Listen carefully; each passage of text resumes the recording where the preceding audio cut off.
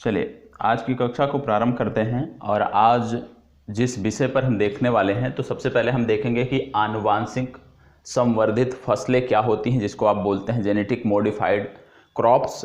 तो ये होती क्या हैं आनुवांशिक संवर्धित फसलें, इसके बारे में जानने का समझने का प्रयास करते हैं। तो इस प्रकार की जब आप बात करते हैं जीएम फसलों की, तो वो फसलें आते हैं जब किसी पौधे के, कोई भी आपका पौधा है, जब उसके प्राकृतिक जीन में कृत्रिम उपायों द्वारा परिवर्तन किया जाता है और उसकी जो मूल संरचना है वो परिवर्तित हो जाती है, तब आप उसको बोलते हैं आनुवांशिक संवर्धित फसल। कहने का मतलब क्या है, जब कोई पौधा है उसके प्राकृतिक जीन में आप कृत्रिम उपायों द्वारा बदलाव कर देते हैं और इन बदलावों के बाद उसकी जो मूल संरचना है वो परिवर्तित हो जाती है। तो मूल संरचना परिवर्तित होने के बाद जो हमें फसल मिलती है, जो हमें पौधा मिलता है, उसको आप बोलते हैं आनुवांशिक एवं संवर्धित फसल या पौधा। एक बार फिर से समझ लेते हैं। जब किसी पौधे के प्राकृतिक जीन में कृत्रिम उपायों द्वारा परिवर्तन कर दिया जाता है और इस परिवर्तन से जो उसकी संरचना होती है उसमें बदलाव हो जाता है, तो जो बदलाव के बाद जो नई संरचना हमें उस पौधे की प्राप्त होती है उसको आप बोलते हैं आनुवांशिक संवर्धित फसल या पौधा। अब इसमें यदि हम देखें तो आप जानते हैं कि सबसे पहले नाम आया था बीटी बिंगल, जो आपका था बैंगन जिसको आप बोलते हैं। तो सबसे पहले जो पहली आनुवांशिक संवर्धित फसल है यदि हम बात करें तो बिंजल बोलते हैं, बीटी बिंजल जिसको आप बैगन बोलते हैं, ये पहली आनुवांशिक फसल है। और इसमें यदि हम बीटी की बात करें कि बीटी क्या है, तो बीटी के बारे में आपको समझना पड़ेगा। इसका फुल फॉर्म होता है बैसिलस। ये आपके बीटी का फुल फॉर्म है। जैसे बीटी बैंगल था तो उसका फुल फॉर्म बीटी का क्या है, तो बीटी का फुल फॉर्म हो गया बैसिलस थुरिनजिएंसिस।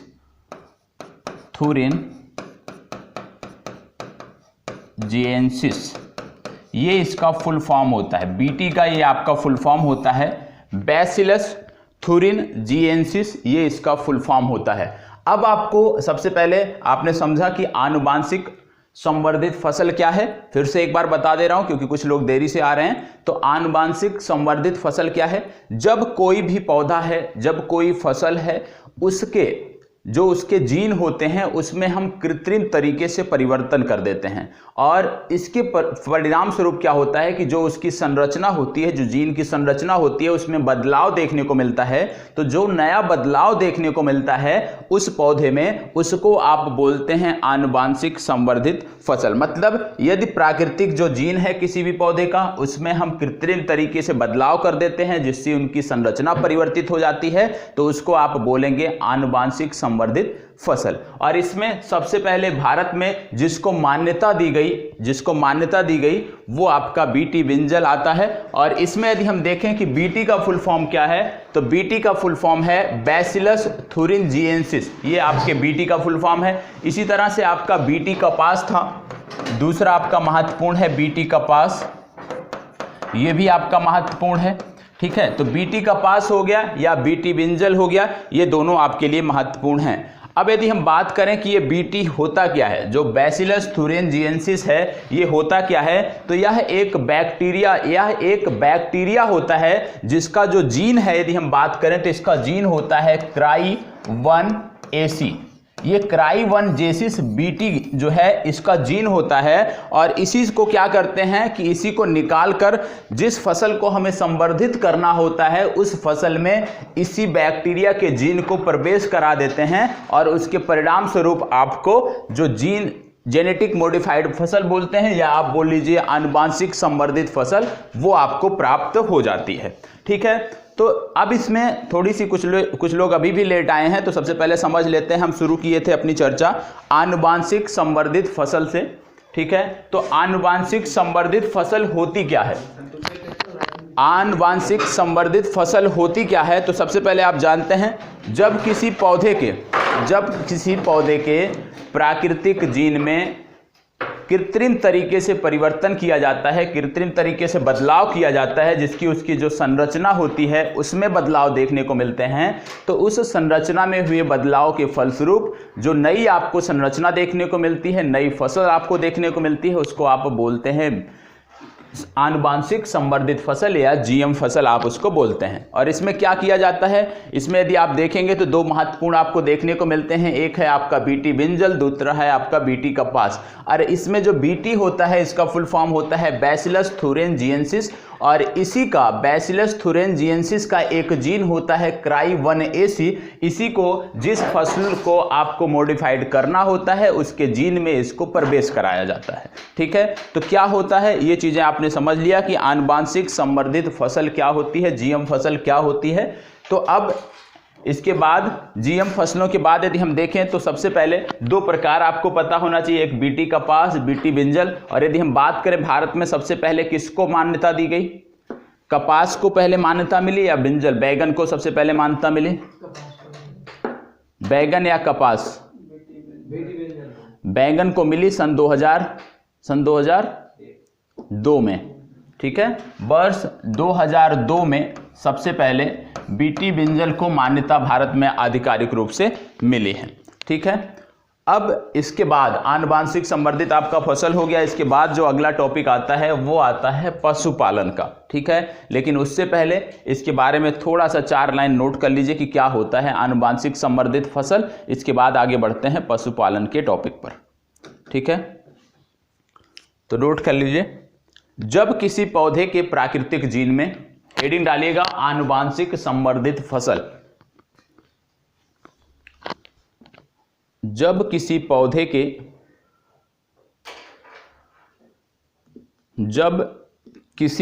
के जो लोग लेट आए हैं कुछ भी छूटा नहीं है, ये पहला टॉपिक है। ठीक है, जब किसी पौधे के प्राकृतिक जीन में कृत्रिम उपायों द्वारा, जब किसी पौधे के प्राकृतिक जीन में कृत्रिम उपायों द्वारा उसकी मूल संरचना में परिवर्तन कर दिया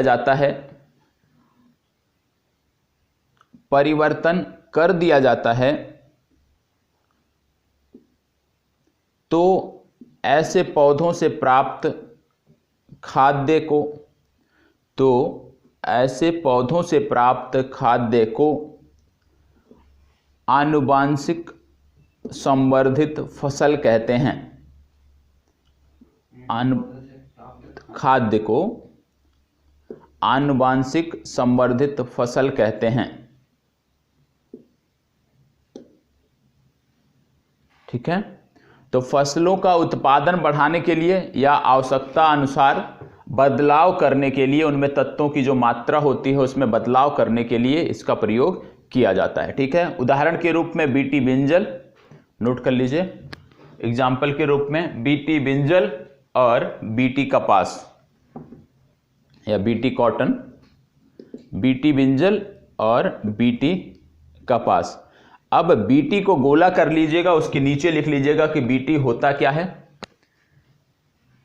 ठीक है, अब इसमें जैसे बीटी कपास, बीटी बिंजल, तो इसमें बीटी होता क्या है, बीटी का फुल फॉर्म आपका है बैसिलस thuringiensis।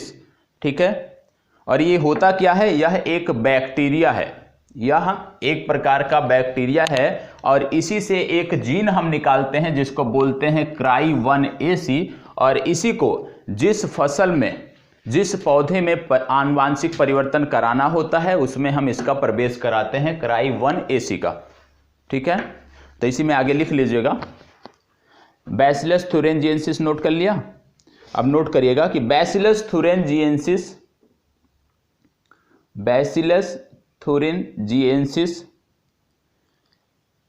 एक बैक्टीरिया होता है जिसका जीन cry1AC लिखा हुआ है बोर्ड पर, cry1AC निकालकर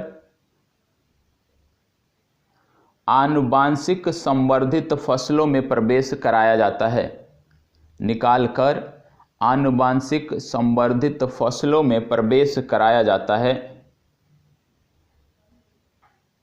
यह टॉक्सिन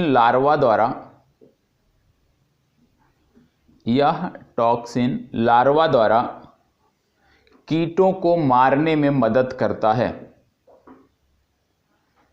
कीटों को मारने में मदद करता है।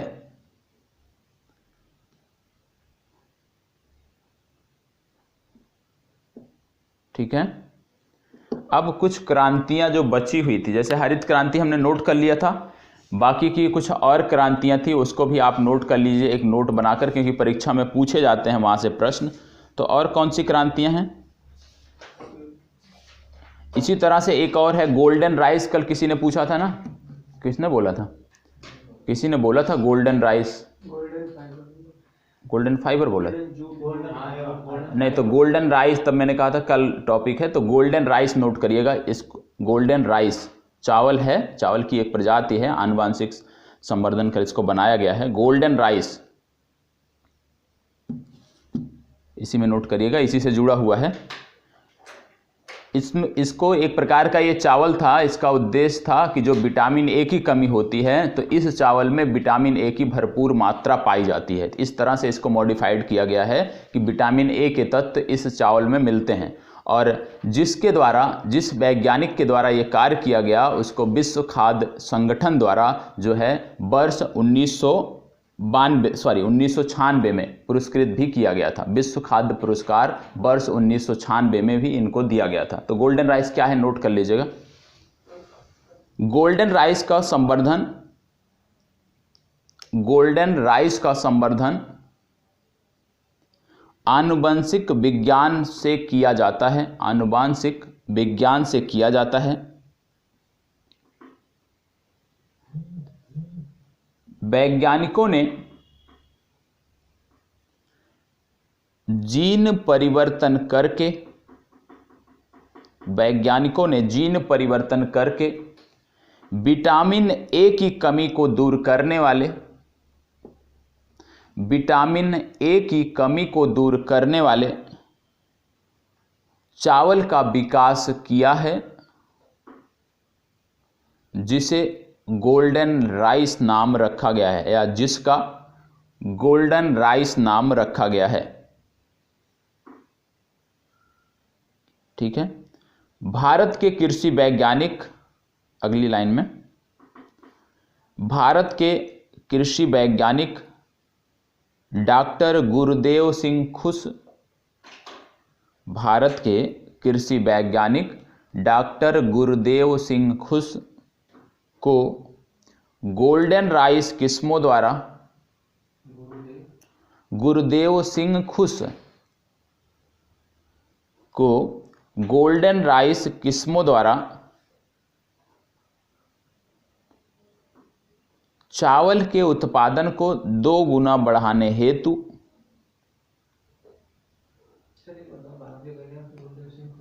गोल्डन राइस किस्मों द्वारा चावल के उत्पादन को 2 गुना बढ़ाने हेतु वर्ष 1996 का, वर्ष 1996 का विश्व खाद्य पुरस्कार प्रदान किया गया था।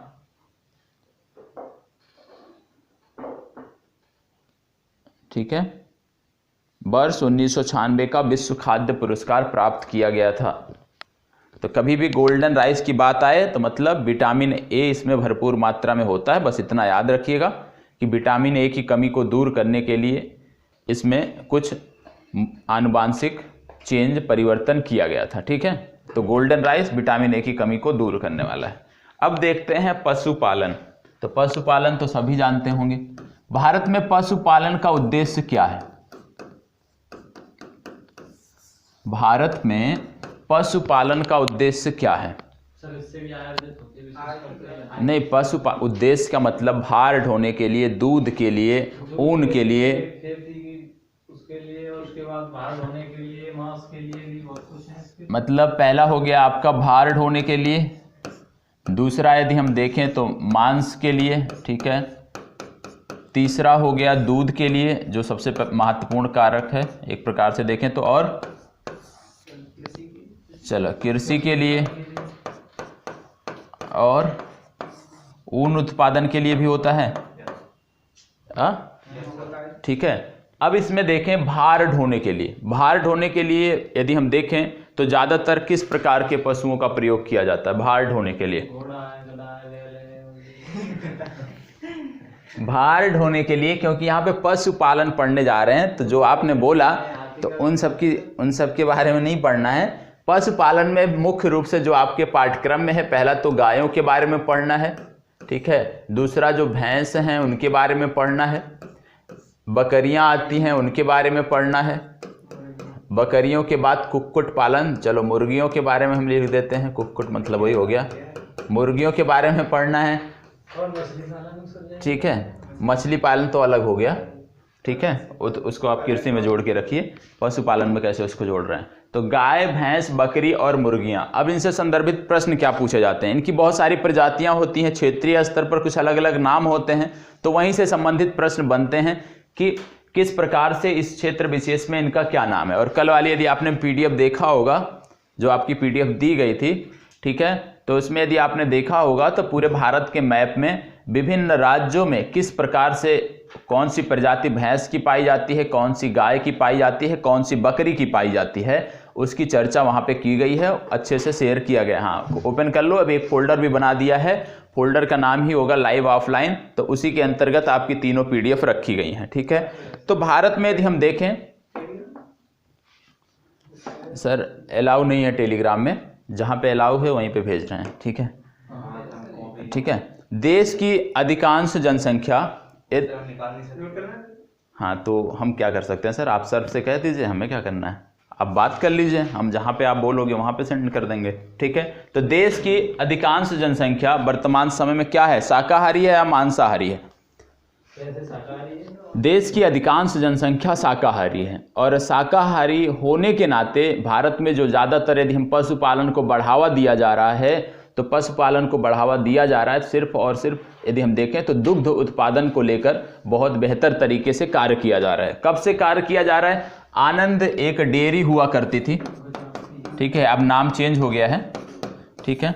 तो आनंद जो डेयरी हुआ करती थी, जब इसकी सफलता, जब ये सफल हुई वहाँ पे, तो उसके बाद से भारत में दुग्ध उत्पादन को लेकर बहुत कार्य किए गए। आप जानते होंगे विभिन्न समयों में ऑपरेशन फ्लड के नाम से 3 कार्यक्रम चलाए गए, operation flood 1, operation flood 2, operation flood 3, ठीक है। लेकिन इसमें भी आपने देखा होगा कि ये, क्योंकि जो दूध है, पशुपालन, ये जो विषय है, ये दुग्ध उत्पादन विषय जो है, ये राज्य सूची के अंतर्गत आता है, ठीक है। अब सूची कौन कौन सी होती है आप सबने पढ़ा है, ठीक है। तो दुग्ध उत्पादन जो है ये राज्य सूची का विषय था, लेकिन उस समय जो कार्यक्रम बनाए गए दुग्ध उत्पादन को लेकर, वो केंद्र द्वारा बनाए गए, केंद्र सरकार ने कार्यक्रम बनाए, और उसी को लेकर कि जैसे आनंद डेयरी की जो सफलता है, उसी को लेकर कि किस प्रकार से पूरे भारत में इस तरह के उदाहरण हम स्थापित कर सकें, किस प्रकार से पूरे भारत में आनंद की सफलता को हम विस्तारित रूप दे सकें, उसके लिए विभिन्न समयों पर 3 ऑपरेशन चलाए गए। और ऑपरेशन फ्लड जो था, इसका उद्देश्य ही था कि दुग्ध उत्पादन को बढ़ावा देना। और यदि हम बात करें तो सबसे पहले कब शुरू किया गया ऑपरेशन फ्लड, तो वर्ष 1970 में सबसे पहले ऑपरेशन फ्लड प्रथम प्रारंभ किया गया। तो ऑपरेशन फ्लड का उद्देश्य क्या हो गया? दुग्ध उत्पादन को बढ़ावा देना।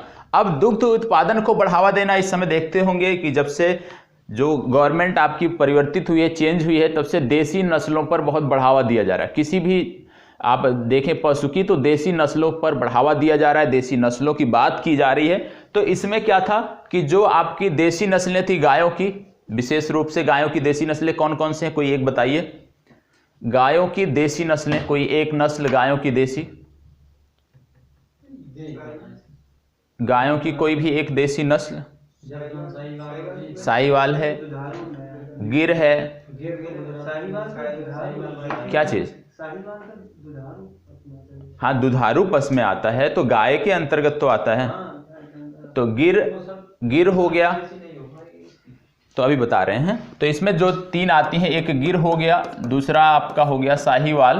तो इस प्रकार की जो कुछ प्रजातियां थी, इनकी बात की गई कि इनको बढ़ावा देना। और भारत में जब हम गायों की बात करते हैं, तो गायों की विशेष रूप से 3 प्रजातियों में बांटा गया है। गायों को 3 प्रकार से बांटा गया है। पहला बांटा गया है कि जिनके, जैसे पहला होता है भार, एक होता है भारवाही, ठीक है, ये राजस्थान में पाई जाती है। भारवाही का मतलब हो गया कि जो इस प्रकार की गायें होती हैं, उनके जो बछड़े होते हैं वो भार को आसानी से, मतलब भार उठाने के योग्य होते हैं, भार ढोने के योग्य होते हैं। ये हो गई भारवाही नस्लें। और इस प्रकार की जो गायें होती हैं, इस नस्ल की जो गायें होती हैं, ये दूध उस अनुपात में कम देती हैं जैसे कि अन्य नस्लें देती हैं। दूसरा आता है दुधारू नस्लें।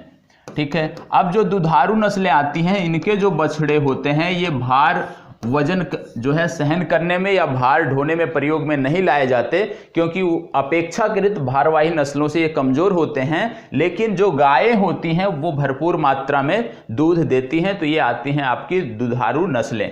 एक तीसरा आपका आता है जिसको बोलते हैं द्विउद्देशीय नस्लें। और द्विउद्देशीय नस्लों में क्या होता है कि ये दोनों काम कर सकते हैं, दूध भी उस अनुपात में यदि हम देखें भारवाही नस्लों की अपेक्षा बेहतर देते हैं, और इनके जो बछड़े होते हैं वो भी भार ढोने के योग्य होते हैं दुधारू नस्लों की अपेक्षा। तो भारत में जो गायें होती हैं इनको 3 कैटेगरी में, 3 भागों में बांटा जाता है, भारवाही, दुधारू नस्लें या द्विउपयोगी नस्लें। इसके बाद आपका आता है देसी नस्लें, वो आपकी अलग हैं। देसी नस्लें जो हैं ये आपकी अलग आती हैं। अब इसमें नाम क्या क्या हैं, जैसे हम गायों की बात कर रहे हैं तो इनके नाम क्या क्या हैं वो भी आपके लिए महत्वपूर्ण है, पता होना चाहिए। अब जैसे देसी की बात किया था तो एक नस्ल आती है इसमें रेड सिंधी, सुना है, रेड सिंधी हो गया। दूसरा आपका गिर हो गया।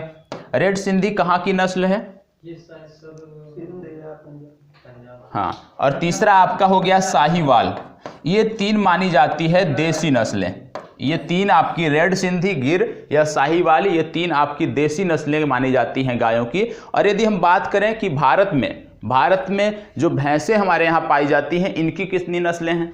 2 ही पाई जाती है, मुर्रा और एक वो। बस 2 ही पाई जाती हैं। 10 प्रकार की भारत में जो भैंसें हैं, भैंसों की 10 प्रकार की नस्लें पाई जाती हैं। अभी दिखा रहा हूं कौन कौन सी हैं। 10 प्रकार की नस्लें पाई जाती हैं, जिनमें जैसे आपने जो नाम लिए ये बहुत ही चर्चित नाम हैं। अब नस्लें कौन कौन सी पाई जाती हैं इसको हम देख लेते हैं। तो जैसे ये आपका मैप है, ठीक है, इसमें कुछ नाम दिए हुए हैं। ए मतलब आपका, जैसे इसमें दिया है ए मतलब हो गया आपका, ए तो नहीं दिया, सी मतलब हो गया गाय, ठीक है, बी फॉर बैफेलो और जी फॉर गोट। तो इसमें जो नाम दिए हुए हैं अब आप देख सकते हैं कि कौन सी नस्लें पाई जाती है। जैसे जम्मू कश्मीर यदि हम बात करें तो पश्मीना क्या है? पश्मीना बकरी का एक प्रकार है, ऊन के लिए पाला किया जाता है, तो पश्मीना हो गया। फिर इसके बाद ये लिखा है चंबा गद्दी। चंबा गद्दी ये क्या लिखा है? बकरी लिखा है, ठीक है, तो पश्मीना हो गया, चंबा गद्दी हो गया, ये बकरी की एक प्रजाति है। फिर इसके बाद आप पंजाब में आते हैं। पंजाब में देखिए नीली रावी जो है एक बकरी की, बफेलो भैंस की प्रजाति है, और साहीवाल एक गाय की प्रजाति है। ये आपने देख लिया पंजाब से संबंधित। इसके बाद जैसे अभी आपने बात किया मुर्रा की, तो मतलब ये हरियाणा और राजस्थान के बॉर्डर के जो क्षेत्र हैं उन क्षेत्रों में ये भैंस पाई जाती है। और यहाँ पे आप देख रहे होंगे कि गोट की भी एक प्रजाति आपको देखने को मिल रही होगी, ठीक है।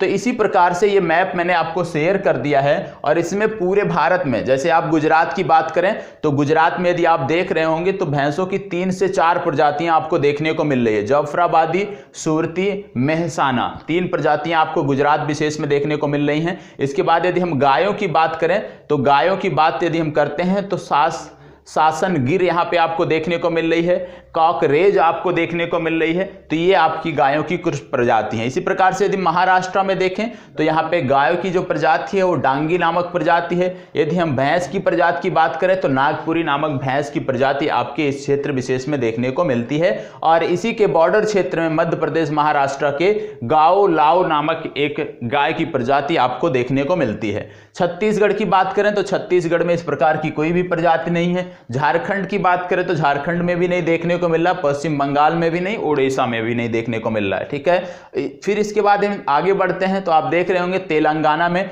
देवनी नामक एक गाय की प्रजाति देखने को मिल रही है। कृष्णा घाटी में कर्नाटक में देखें तो कृष्णा घाटी नामक एक गाय की प्रजाति देखने को मिल रही है। अमृत महल नामक गाय की प्रजाति देखने को मिल रही है। हालीकार नामक गाय की प्रजाति देखने को मिल रही है। और तमिलनाडु में यदि हम देखें तो कैंग्याम नामक एक आपको गाय की प्रजाति देखने को मिल रही है। यदि हम बात करें कि बकरियों की कौन सी प्रजाति, तो बकरियों की यहाँ पे यदि हम देखें तो 2 से 3 प्रजाति आपको देखने को मिल रही है, जो याद कर लेना चाहिए क्योंकि ज़्यादा इसमें है नहीं। पहला हो गया पश्मीना, सबको याद रहता है, इसमें कोई भूलता नहीं है। दूसरा है चंबा गद्दी। चंबा गद्दी के बाद यदि हम देखें तो यहाँ पे आप देख रहे होंगे कि बरबारी नामक एक प्रजाति आपको देखने को मिल रही है बकरी की। इसके अलावा यदि हम देखें तो और कहीं भी, कहाँ पे है, हाँ तो ये है ना जमुना पारी, ठीक है। तो कुछ 3 से 4 आपको यहाँ पे बकरियों की प्रजाति देखने को मिल रही है, जो आपको याद होना चाहिए। जैसे गायों की प्रजाति बहुत सारी है, यदि हम देखें भैंस की 10 प्रजाति, यदि आप भूल भी जाते हैं, लेकिन क्योंकि बकरियों में 3 से 4 ही है तो 3 से 4 आपको पता होना चाहिए। और आपको मैप भी शेयर कर दिया गया है, अभी मैं नोट डाउन भी एक एक करके करा देता हूँ, ठीक है। तो यदि हम पूछें कि पूर्वोत्तर भारत में आप देख रहे हैं कोई भी इस प्रकार की नस्ल आपको देखने को नहीं, ऐसा नहीं है कि वहाँ पे पशुपालन नहीं होता है, पशुपालन होता है वहाँ पे। नागालैंड हुआ, अरुणाचल प्रदेश हुआ, असम हुआ, यहाँ पे भी पाले जाते हैं, जानवर पाले जाते हैं, लेकिन इनका ज़्यादातर उद्देश्य क्या होता है, मांस के लिए। यहाँ पे ज़्यादातर जो जानवर पाले जाते हैं मांस के लिए पाले जाते हैं। और पर्वतीय क्षेत्रों की यदि हम बात करें तो पर्वतीय क्षेत्रों में ज़्यादातर छोटे जानवर पाले जाते हैं, जैसे कि भेड़ हो गई, बकरियाँ हो गई, सुअर पालन। तो नॉर्थ ईस्ट में सबसे ज़्यादा यदि आप देखेंगे तो सबसे ज़्यादा आपको जो देखने को मिलेगा पशुपालन में, वो सुअर पालन के अंतर्गत सारा क्षेत्र यहाँ पे विस्तारित है। तो ये आपकी कुछ प्रजातियां हैं जो आपको पता होना चाहिए, और ये मैप भी आपको शेयर कर दिया गया है, ठीक है। तो अब इसमें जैसे आप देखें मुर्गियों की प्रजाति, तो मुर्गियों की प्रजाति इसमें नहीं लिखा है, लेकिन भारत में 30 प्रकार की मुर्गियों की नस्ल पाई जाती है, जिसमें कुछ होती है मांस के उपभोग के लिए, कुछ होती है अंडे के प्रयोग के लिए। तो कुछ ऐसी नस्ल भी होती है मुर्गियों की जो सिर्फ और सिर्फ अंडे देने के लिए प्रयोग में लाई जाती है, उसका लोग पालन करते हैं। कुछ ऐसी नस्ल होती है जिनमें मांस बेहतर होता है, मांस ज़्यादा होता है, तो उसको लोग मांस पालन के लिए उसका उपयोग करते हैं। तो एक एक करके नोट करना है। कौन सा नोट करेंगे? पशुपालन हेडिंग डालेंगे, पशुपालन डाला है हेडिंग, तो लिख लीजिए, थोड़ा सा स्वयं से लिख लीजिए। देश की अधिकांश जनसंख्या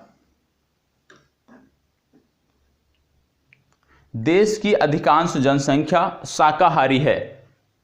देश की अधिकांश जनसंख्या शाकाहारी है।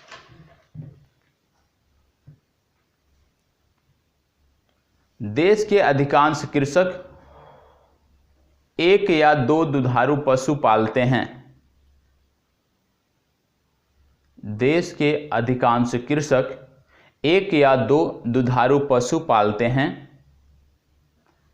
जो स्वयं के उपभोग के लिए होता है, जो स्वयं के उपभोग के लिए होता है। किंतु कुछ कृषक अधिक दुधारू जानवरों को पालते हैं। कुछ कृषक अधिक दुधारू जानवरों को पालते हैं, जो सहकारी समितियों पर बेचते हैं, जो सहकारी समितियों पर बेचते हैं। अगली पंक्ति में लिखिएगा, आनंद जो डेयरी की संकल्पना थी किस राज्य में लाई गई थी? हाँ, तो आनंद की सफलता से उत्साहित होकर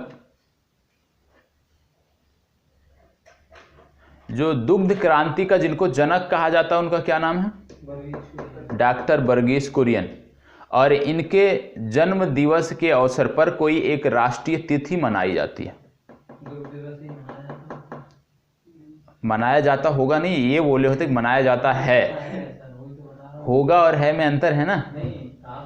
चलिए ठीक है, लिखिए पहले। आनंद की सफलता से उत्साहित होकर सरकार ने वर्ष 1965 में डॉक्टर वर्गीस कुरियन की अध्यक्षता में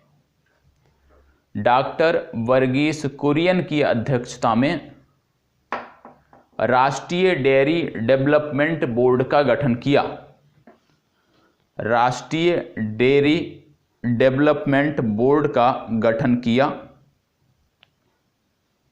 इसका उद्देश्य दूध के उत्पादन में तेजी लाना है। इसका उद्देश्य दूध के उत्पादन में तेजी लाना है। इसका उद्देश्य, इसे ऑपरेशन फ्लड नाम दिया गया। इसे ऑपरेशन फ्लड नाम दिया गया।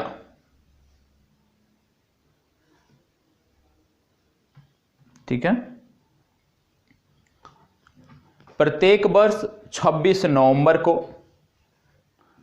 प्रत्येक वर्ष 26 नवंबर को डॉक्टर वर्गीस कुरियन के जन्म दिवस के अवसर पर 26 नवंबर को डॉक्टर वर्गीस कुरियन के जन्म दिवस के अवसर पर राष्ट्रीय दुग्ध दिवस, राष्ट्रीय दुग्ध दिवस या नेशनल मिल्क डे मनाया जाता है। मनाया जाता है। ठीक है। अब एक होता है नेशनल मिल्क डे, एक होता है अंतरराष्ट्रीय वर्ल्ड मिल्क डे। तो दोनों में अंतर है, तो कभी गलती मत करिएगा कि नेशनल मिल्क डे और वर्ल्ड मिल्क डे दोनों में अंतर है, दोनों अलग अलग तिथियों को मनाए जाते हैं। ठीक है। चलिए आगे नोट करिएगा। ऑपरेशन फ्लड 1 नोट कर लीजिए कब शुरू हुआ था, सिर्फ ये नोट करना है कब शुरू हुआ था। ऑपरेशन फ्लड 1 नोट करिएगा और इसमें वर्ष डालिएगा जुलाई 1970, जुलाई 1970 से मार्च 1981, मार्च 1981 ये था ऑपरेशन फ्लड 1। इसी तरह से ऑपरेशन फ्लड 2 अप्रैल 1981 से, क्या चीज, लक्ष्य, अच्छा ऑपरेशन फ्लड में क्या लक्ष्य रखा गया था, अभी देख लेते हैं। अप्रैल 1981 से मार्च 1985, मार्च 1985। तीसरा इसमें है ऑपरेशन फ्लड 3 अप्रैल 1985 से, अप्रैल 1985 से अप्रैल 1996, अप्रैल 1996। ठीक है। एक लाइन छोड़कर लिखिएगा। दुग्ध राज्य सूची में आता है,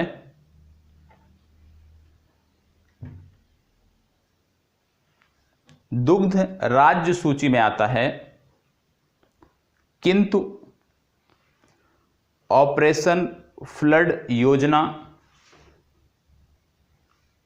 किंतु ऑपरेशन फ्लड योजना कृषि एवं सहकारिता विभाग की देखरेख में, कृषि एवं सहकारिता विभाग की देखरेख में प्रारंभ किया गया, जिसका उद्देश्य आनंद की तर्ज पर, जिसका उद्देश्य आनंद की तर्ज पर कोऑपरेटिव आधारित, कोऑपरेटिव आधारित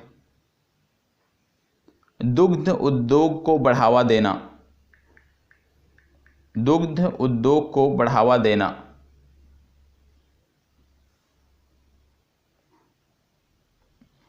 ठीक है।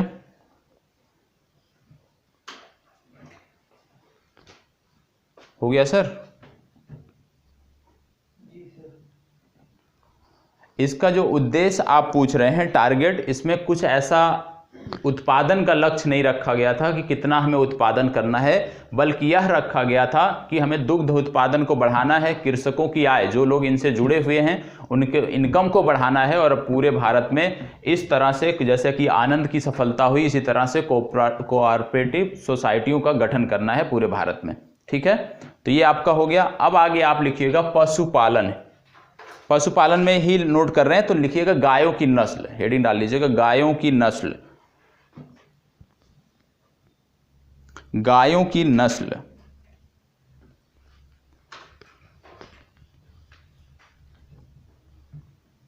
ठीक है। गायों की नस्ल में यदि हम देखें तो भारत में गायों की 3 नस्लें प्रचलित हैं, तो नोट करिएगा। देश में गायों की 3 प्रचलित नस्लें हैं। देश में गायों की 3 प्रचलित नस्लें हैं। पहला भारवाही नस्लें, पहला भारवाही नस्लें, दूसरा दुधारू नस्लें, और तीसरा द्विउद्देशीय नस्लें, और तीसरा द्विउद्देशीय नस्लें।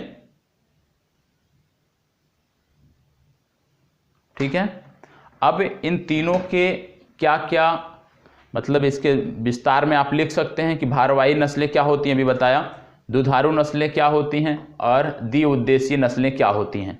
तो स्वयं से ब्रैकेट में खुद से घर जाकर लिख लीजिएगा। ठीक है, अब जैसे द्विउद्देशीय नस्लों में 2 प्रकार आप नोट कर लीजिए। ठीक है, द्विउद्देशीय नस्लों में जैसे होता है थार परकर, एक इसमें प्रकार है थार परकर। द्विउद्देशीय नस्लों के अंतर्गत एग्जाम्पल में लिख लीजिएगा थार परकर और हरियाणा।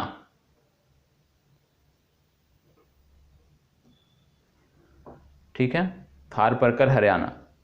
अब इसी में लिखिएगा अगली लाइन में देसी नस्ल की दुधारू गायें, देसी नस्ल की, अगली लाइन में देसी नस्ल की दुधारू गायें 3 प्रकार की होती हैं। 3 प्रकार की होती हैं। पहला रेड सिंधी, दूसरा साहीवाल, तीसरा गिर। ठीक है,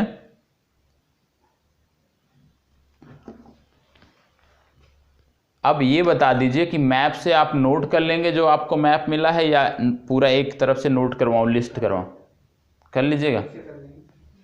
ठीक है, तो कल लेकर आइएगा, नोट करने के बाद लेकर आइएगा। ठीक है, जैसे मैप जो आपको मिला है आज़ाद MPPSC चैनल पर, उसमें जाएंगे आप तो अभी जो आपको दिखाया था इसमें आपको अलग अलग प्रकार से दिए हुए हैं कि गायों की नस्ल कौन सी है, फिर इसके पास भैंसों की नस्ल कौन सी है, और इसमें आपको बकरियों की कौन सी नस्ल है ये बताया गया है। तो एक लिस्टिंग कर लीजिएगा और उस लिस्ट में इनके प्रकारों को नोट कर लीजिएगा, और संबंधित, क्योंकि राज्य भी दिया हुआ है तो संबंधित राज्य भी नोट करिएगा कि इस राज्य में कौन सी प्रकार की नस्ल पाई जाती है। राज्य जरूरी है क्योंकि नस्ल नहीं पूछा जाएगा। ज़्यादातर जो प्रश्न बनते हैं, यदि बनते हैं इस तरह से प्रश्न, तो सिर्फ और सिर्फ राज्य दिया होता है और उस राज्य से संबंधित पूछ लिया जाता है, या नस्ल के बारे में दिया होता है और किस राज्य से संबंधित है, किस प्रकार की नस्ल है उसके बारे में पूछ लिया जाता है।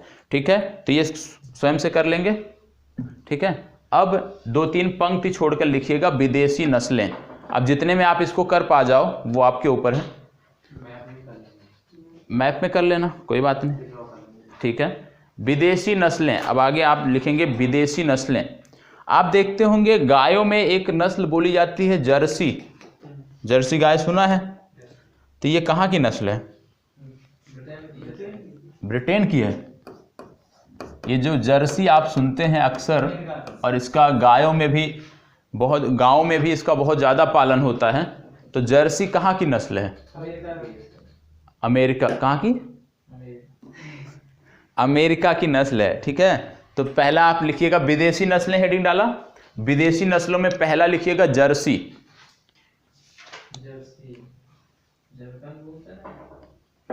न्यू जर्सी से जर्सी जोड़ सकते थे आप, सही हो जाता। ठीक है, और जर्सी में लिखिएगा कि यह अमेरिका की जर्सी द्वीप की मूल नस्ल है। यह अमेरिका के जर्सी द्वीप की मूल नस्ल है?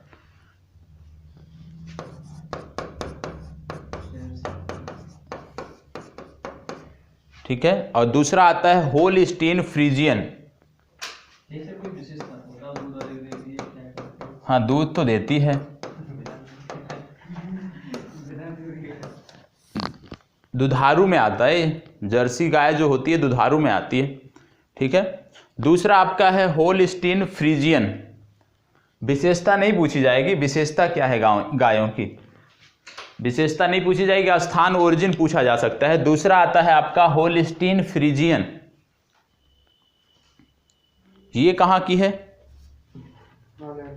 हॉलैंड। ठीक है। नीदरलैंड या हॉलैंड, कुछ भी आप कह सकते हैं, दोनों नोट कर लीजिएगा। नीदरलैंड ब्रैकेट में हॉलैंड, लेकिन कभी कभी दिक्कत हो जाती है हॉलैंड नीदरलैंड में।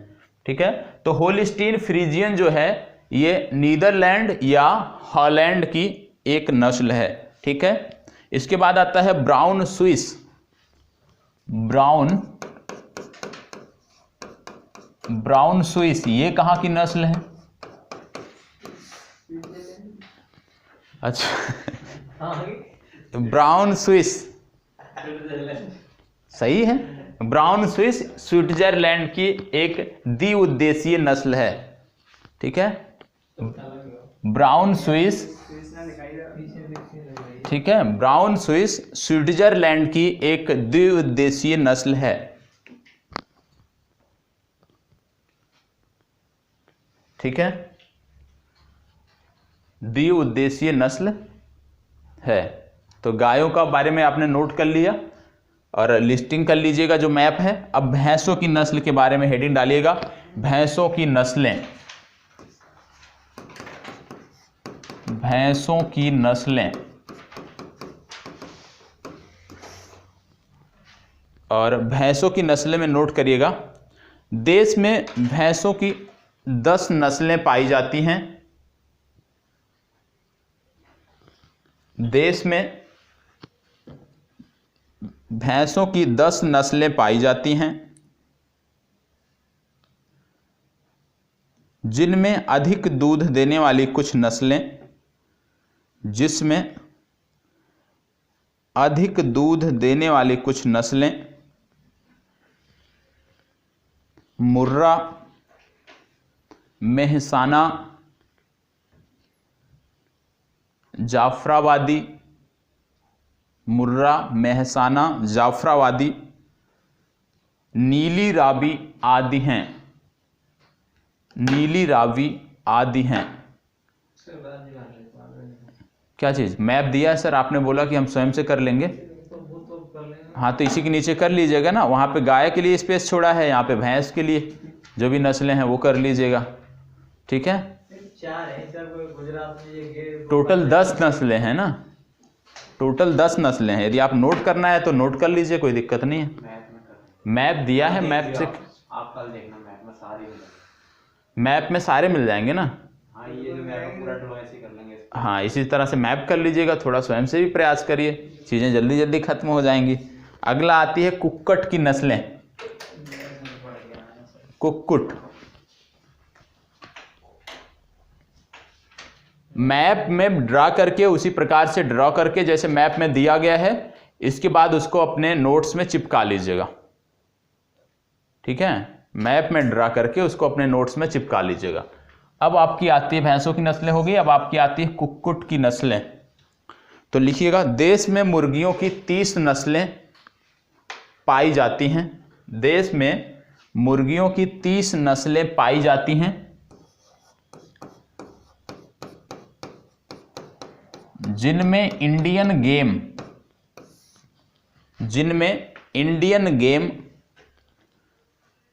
सर्वोपयोगी नस्ल है। जिनमें इंडियन गेम सर्वोपयोगी नस्ल है। हाँ, इस नस्ल में मांस अधिक मात्रा में पाया जाता है। इस नस्ल में मांस अधिक मात्रा में पाया जाता है, परंतु ये कम अंडे देने वाली होती हैं। परंतु ये कम अंडे देने वाली होती हैं।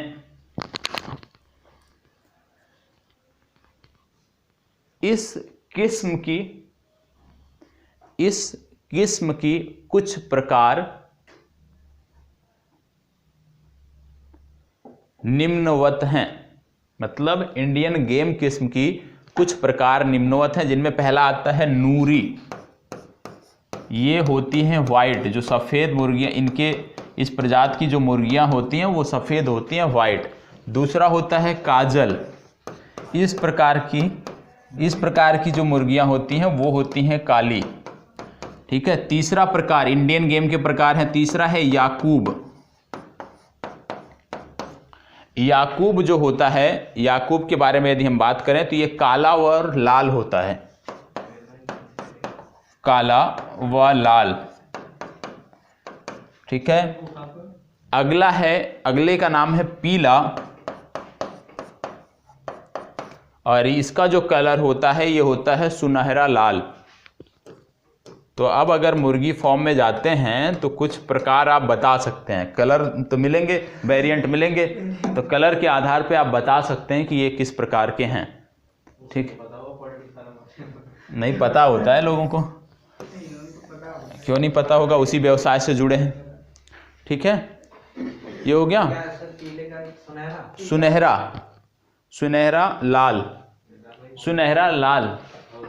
ठीक है। अब आगे इसी में कुक्कुट में कुछ विदेशी नस्लें भी होती हैं, तो इसी में नोट कर लीजिएगा, हेडिंग डाल दीजिएगा ऐसे, विदेशी नस्लें, कुक्कुट की विदेशी नस्लें। पहला आता है व्हाइट लैंगहॉर्न। व्हाइट लैंगहॉर्न,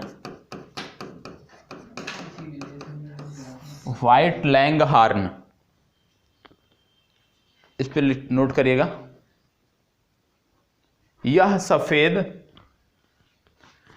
सफेद व्हाइट लैंगहॉर्न, यह सफेद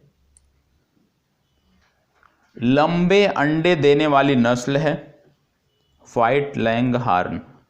ठीक है। यह सफेद लंबे अंडे देने वाली नस्ल है।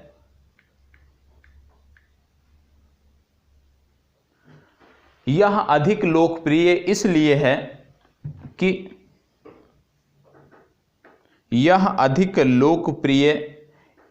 है कि इसके शरीर का आकार छोटा होता है।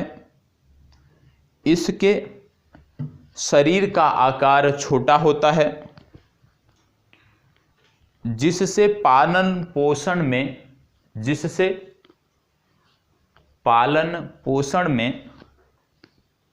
कम आहार की आवश्यकता होती है।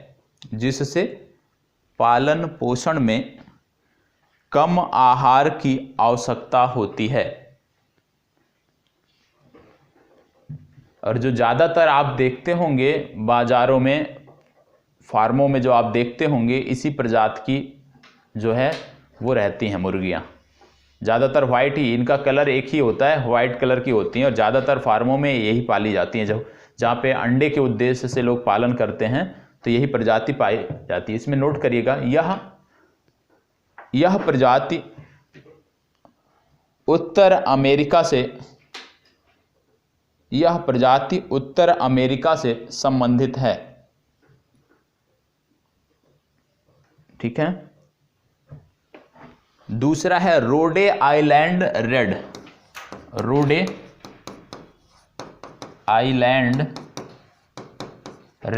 अब रोडे आइलैंड कहाँ पे है, कुछ तो पढ़ा ही होगा।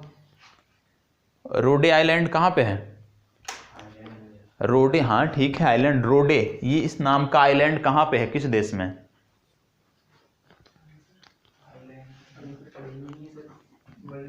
चलिए लिखिएगा, यह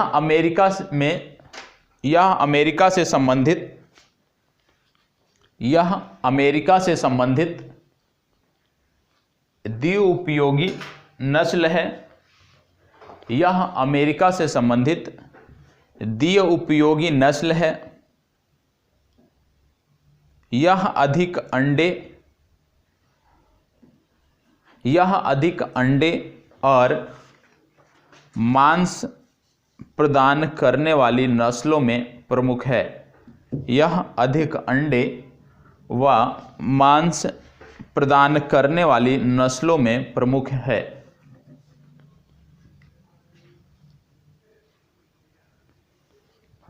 ठीक है, तो आपका जो कृषि और पशुपालन था, कृषि और पशुपालन से जो जुड़ा हुआ टॉपिक था वो आपका समाप्त होता है। अब इसमें जैसे अभी बोला मछली पालन, मछली पालन तो अलग आपका आ जाता है, वो पशुपालन में नहीं आता है, तो मछली पालन इसमें नहीं है। लेकिन अभी कुछ चीज़ें इसमें हैं जो आपको नोट करना है, जैसे क्रांतियों के बारे में नोट करना है।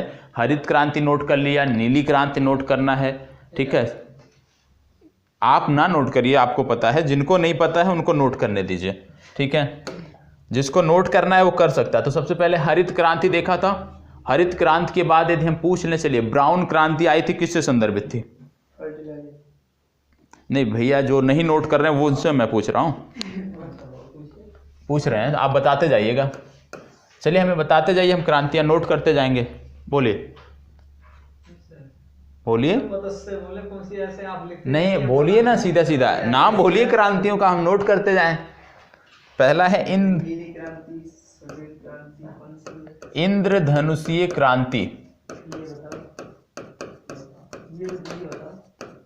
इंद्रधनुषीय क्रांति पता है? लाल क्रांति,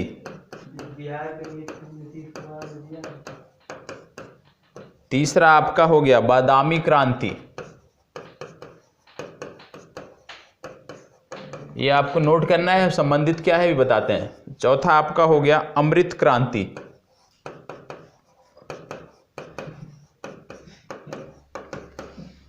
पांचवा आपका हो गया भूरी क्रांति, अब यहां से कुछ समझ में आएगा। छठवां आपका हो गया गुलाबी क्रांति,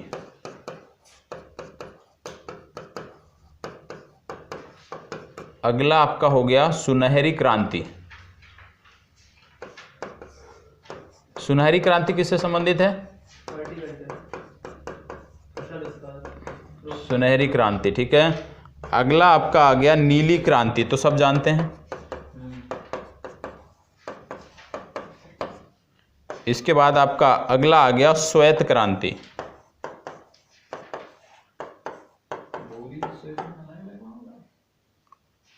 क्या अभी क्या पढ़ा था? ऑपरेशन फ्लड पढ़ा था ना अभी। अगला पीला क्रांति, पीली क्रांति, मतलब भूरी और सफेद में कोई अंतर ही नहीं है, कलर में तो अंतर है ना, तो ऐसे भी अंतर होगा। ठीक, तो इतनी क्रांतियां हैं जो आपको नोट करना है, और हरित क्रांति आपने पहले किया है इसलिए उसके बारे में चर्चा नहीं हो रही है। ठीक, अब इंद्रधनुषीय क्रांति क्या है आपको पता था तो आप बता दीजिए, इंद्रधनुषीय क्रांति क्या है? सर अभी आपने बोला कि पता है सर। इंद्रधनुषीय क्रांति क्या है?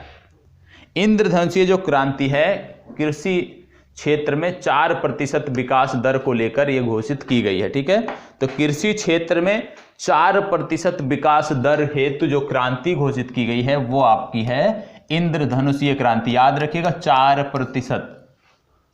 ठीक है, कृषि क्षेत्र में पहला आप नोट करेंगे इंद्रधनुषीय क्रांति, और इसमें नोट करेंगे कि कृषि क्षेत्र में 4% विकास दर हेतु। ठीक है, दूसरा आपका है लाल क्रांति। लाल क्रांति, लाल क्या होता है? टमाटर, तो ये हो गया टमाटर से संबंधित। ठीक है, लाल क्रांति नोट कर लीजिएगा, टमाटर उत्पादन हेतु। फिर इसके बाद आता है बादामी क्रांति। बादामी क्रांति क्या है सर? बताइए, बादामी क्रांति क्या है? मसाला उत्पादन हेतु। ठीक है, बादामी क्रांति हो गया आपका मसाला उत्पादन हेतु। फिर इसके बाद है अमृत क्रांति। क्या है अमृत क्रांति? क्या है? हाँ, जल से संबंधित है। ठीक है क्या?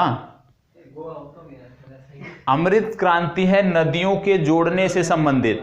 ठीक है, अमृत क्रांति नदियों के जोड़ने से संबंधित। भूरी क्रांति क्या है?